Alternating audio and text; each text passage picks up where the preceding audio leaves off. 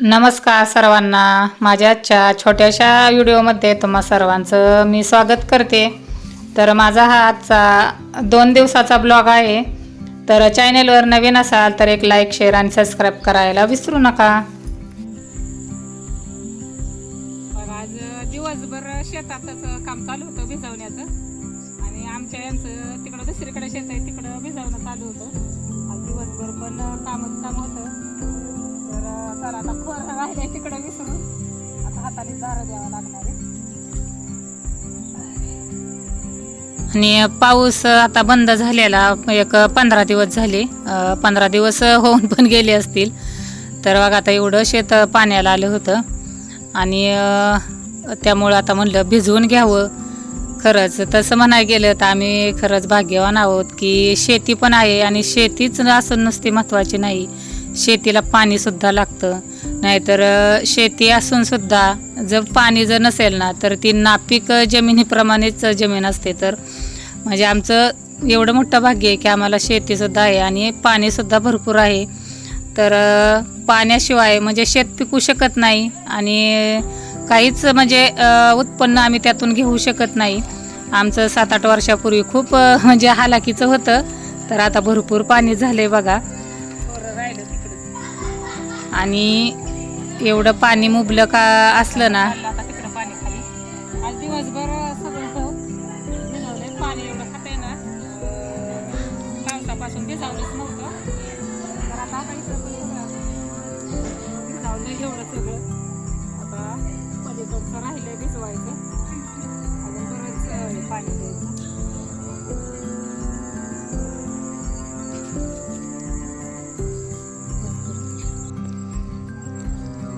मग आता असं पूर्ण सगळं असं शेत भिजत आलंय तसं, पण तरी अजून 2 दिवस जाणारच. पाणी असल्याशिवाय शेतीची आणि पिकाची सुद्धा म्हणजे ही होत नाही, सुधारणा होत नाही. आणि त्यातली त्यात गोडवं पाणी जर असेल तर जास्तच चांगलं. तर तसं आमचं गोडवंच पाणी आहे चांगलं, आणि त्यामुळं पीक पण चांगलं येतं. आता पाणी भरपूर असल्यामुळं आमचं जास्त करून दुसरं जास्त काय आम्ही पिकच घेत नाही. आमचा फक्त ऊसच असतो, आणि बाकी काय थोडंफार असा गायांचा चारा आणि ऊस असल्यामुळं बघा ऊसात थोडंफार लावलेलं आहे.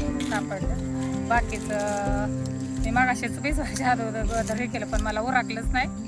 ते आता थोडंसं राहिलं होतं, ते आता उपटून घेतलं. आता राहिलेले पण शेंगा तोडून घेतले. आता शेंगा थोड्याफार तोडून घ्यायच्या. आता दिवसभर माझं हेच काम चालू आहे, थोडंसं कुठं गवत काढ. आता आपण घरचं माणूस असलं ना शेतात राबायला की फक्त पाणी देत राहायचं नाही, तर कुठं थोडंफार गवत काढायचं मोठं मोठं. तसं आम्ही खोरापलेलं आहे, पण कुठं कुठं राहतं ते गवत, कुठं कुठं असं दिसलं तर काढून घ्यायचं. आता हे शेंगा थोड्या वेल लावलेले होते ना काळ्या घेवड्याचे, ते आता पूर्ण आता वाळले, संपून गेले. म्हणलं राहिलेल्या थोड्याफार काय आहे ते उपटून घ्यावं, सगळ्या शेंगा तोडून घ्याव्यात. आता म्हणजे वाळल्या आणि वाल्या मी एकत्रच मिक्स केल्यात शेंगा सगळ्या. आता शेतात बसून म्हणलं तेवढंच आता थोड्या वेळ बसले तर उपटून तोडून सुद्धा घ्यावं. कुठं घरी न्यायचं वेळ, आत्या बोलल्या तर मी तोडून घेते म्हणून.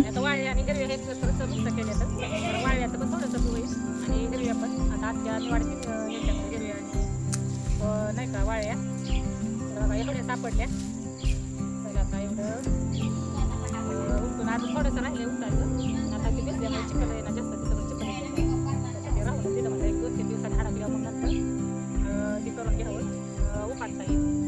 आता बाकी पण अजून बरंच भिजणं राहिले त्यामुळं. आणि मेथी तर म्हणजे मेथीला पाणी जास्त लागतं, तर मेथी पूर्ण अशी ना म्हणजे गेली बरी, थोडीशी खाण्यापुरती शिल्लक राहिली. कारण उन्हाच एवढं भरपूर पडतंय की म्हणजे पूर्ण असं म्हणजे लहानचं पीक भाजीपाला म्हणलं ना की जास्त म्हणजे असं जळूनच जाते. नाहीतर मेथी पण चांगली आली उगवून, आणि मागणं टाकलेली सुद्धा चांगली आली उगवून. तर पण माथ्यावर असल्यामुळं त्याला असं पाणी जास्त लवकर लागतं ना, त्यामुळं जळून गेली पहिली तर मेथी बरी. थोडीफार काय आहे शिल्लक, तरी पाणी घातलं होतं आम्ही त्याला चारीतनं काढून.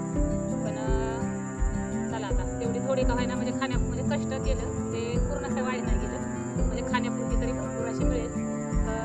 आणि आता 1-2 दिवसात काढायला येईल मेथी सुद्धा. काढायला सगळं पाणी सुद्धा आणलं होतं, कारण गरम झालंय आता. कारण उष्णता एवढी बघा, कारण हवा म्हणजे सावली सुद्धा होती, पण गरम झाली आता पूर्ण आता.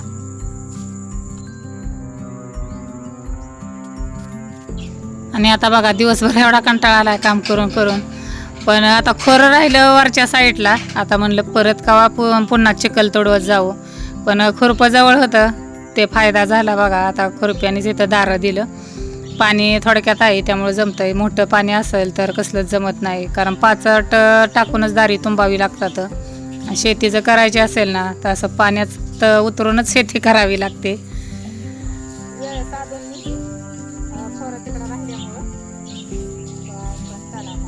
कोणाला आवडते शेती करायचं, मला आवडते किंवा कोणाला शेती करायची, शेती करावं लागते. पाण्यात स्वतः उतरून दारी द्यावं लागते, स्वतः असं करावं लागतं तर शेती परवडू शकते. नाही तर शेती कशी नाही परवडणार, तुमचं सगळं मजुरावारीच जाणार. शेती करायला खूप मोठं बळ लागतं, पण फक्त शरीर बळ नाहीच तर मनाचं सुद्धा खूप मोठं बळ लागतं. आणि इथं बघा मला परत कोटाणा झाला, परत मला थोडंसं दारं तुंबावं, परत फोडावं लागलं. कारण वाकूर मी बघितलं नव्हतं. एक म्हणजे प्रत्येक सरी बघावं लागते भिजली का. मला वाटलं झालंय सगळं, पण थोडंसं राहिलं होतं. एक हातभर वावभरच राहिलं होतं, पण मला पुन्हा परत त्याच्यात पाणी सोडावं लागलं बघा. कारण असं असतं प्रत्येक काम हे लक्ष देऊनच करावं लागतं. शेती जरी असली ना, तेवढं बारकाईने शेती करावी लागते ना, तरच पीक येऊ शकतं चांगलं. कारण शेतीचं सुद्धा काम असं ओबडधोबड करून काही जमत नाही. आता बघा एवढंच थोडंसं राहिलं होतं, पण त्यामुळं मला परत पुन्हा याच्यात पाणी सोडावं लागलं. शेती मनापासून जर केली ना तर नक्की परवडते, आणि स्वतः आनंदाने आणि कष्टाने जर केली ना नक्कीच परवडते. पूर्णच परवडत नाही असं काही नाही. तर बघा अगोदरची मेथी लावलेली चांगली आली थोडीफार, आणि बरीच पण अशी जळाली. हा का ही बघा किती छान आली. आणि बाकीची जी काय आहे तरी अशी बरीच जळून सुद्धा गेली, असं करपून गेली म्हणजे असं म्हणायचं होतं मला.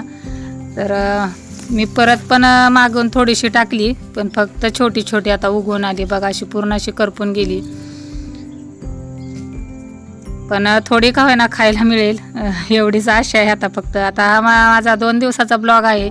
दुसऱ्या दिवशी आम्ही नाना काकींच्या गाडीत दिवाळीच्या बाजाराला निघालो. काकी नाना खूप आग्रह करत होते, बरं चला म्हणलं. म्हणजे आम्ही 2 दिवसांनी आणणारच होतो, कारण गर्दी पण भरपूरच असते. पण आत्तासुद्धा आम्ही आलोय तर एवढी मोठी भरपूर गर्दी आहे. इथं जास्त काही शूट करून देत नव्हते, त्यामुळे मी थोडंसं फक्त इथलं शूट केलं आहे. मी डाळी अगोदरच भरल्या होत्या, त्यामुळे मी डाळी काय घेतल्या नव्हत्या. तर बघा आमचा इथं पूर्ण सगळा बाजार झाला घेऊन दिवाळीचा. आणि नंतर मग सासू सुना इथं आम्ही बसलो होतो जरा वेळ. तर या दोघांचं चालू होतं. बाजार गाडीत नेऊन सुद्धा ठेवला होता, थोडाफार काय आमच्यापाशी होताच, पण ते गाड्यावर नेऊन पोच करत होते त्यांचे कामगार. नंतर इकडं ह्यांचं चालू होतं जे लकी ड्रॉ असतात ते. माझा त्याच्यावर काही विश्वास नाही, कारण कधीच ते कुपन लागत नाही. पण चला म्हणलं तोपर्यंत सासू सुनाला काय बसवे ना, चला म्हणलं काहीतरी घेऊन ते यावं. परत चॉपर घेणं चालू होतं आमचं, कोणता घेऊ कोणता नाही असं दोघींचं सुद्धा चालू होतं. तर सासूबाई काहीतरी बोलत होत्या त्यामुळं हसायला खूप आलं. तर आम्ही दोघी एवढ्या वेळ म्हणजे चॉईस करत होतो आम्हाला कोणता घेऊ आणि कोणता नाही असं होत होतं. तर मी शेवटी तुम्हाला दाखवते मी कोणता चॉपर घेतलाय आणि अजून वस्तू काय घेतल्यात ते सुद्धा मी तुम्हाला दाखवते, थोड्याफार घेतलेल्या. इकडं बघा तांब्याची सुद्धा खूप अशी म्हणजे मोठी अशी भांडी होती, अशी पितळाची. एवढा जड तांब्या होता ना, तो अर्धा किलोचा तरी असेल. तर इथं बघा मी पूर्ण अशी शॉपिंग केली. मी प्लेटा घेतल्या माझ्या ताटांसाठी, मला लागायच्या होत्या. मी असा पूर्ण असा सेट करत आणला. आणि हे दिवेसुद्धा घेतले, हे बोळके धान्य भरायला लक्ष्मीपूजनला लागतात ना ते. आणि हा एकच मला दिवा मिळाला आहे असा मी एकच घेतला आहे. बाकीचे दिवे आहेत माझ्या घरी, बाकी काही घेतले नाहीत, ते नंतर घेईल आता. आणि चॉपर मला एवढा आवडला बघा, असा उचकटणार सुद्धा नाही.